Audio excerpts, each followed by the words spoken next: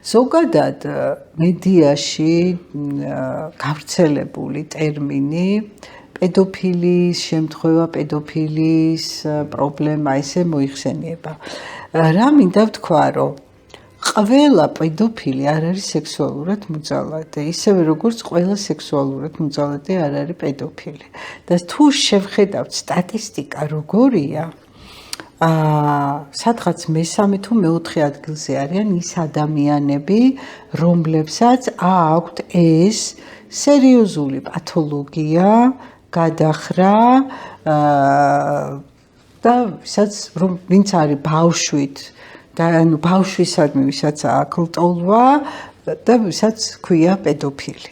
ეხლა ვინ არიან იქამდე? პირველ ადგილზე არიან ადამიანები, რომლებმაც თავად გამოსცადეს სექსუალური ძალადობა. სტატისტიკურად მას შესაძლოა ბავშვი როგორც ობიექტი არ იზიდავდეს, მაგრამ ყველაზე ხშირად ძალადობენ ისინი ბავშვებზე.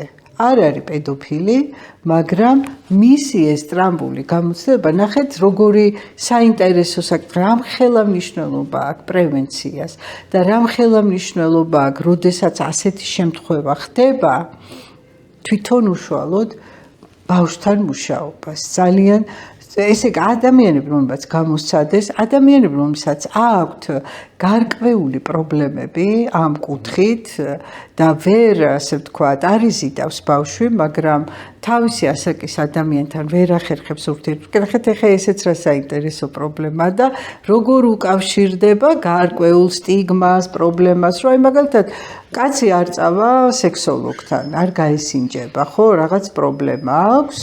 და ამ შემთხვევაში სტატისტიკურად ესენი უფრო ხშირად ხდებიან მუძალადეები, ვიდრე პედოფილები და ასევე ადამიანები, რომელსაც აქვთ გარკვეული ფსიქოლოგიური პრობლემები, აი ამ ძალადობრივი გამოცდილების საფუძველზე და ზოგადად ორი ტიპის სექსუალური მოძალადე არიან პრეფერენციულები, რომლებიც უპირატესობას ანიჭებენ ბავშვს და არიან მოძალადეები, მას ეძახიან სიტუაციურ მოძალადეს, ჩაუვარდა ბავშვი ხელში, მოიხელთა ბავშვი, დაბალი მორალი აქვს, ან რაღაცა ესეთი ფსიქოლოგიური, მე არ ვამბობ ფსიქიკური ჯანმრთელობის პრობლემას, სხვა ტიპის პრობლემები, სექსუალური და ასე შემდეგ და მორალის დეფიციტი აქ არის მთავარი, რატომაც არ არიტყვის უარს. ნახეთ, აღმოჩნდა დაუშვათ ბავშვი მის გვერდით,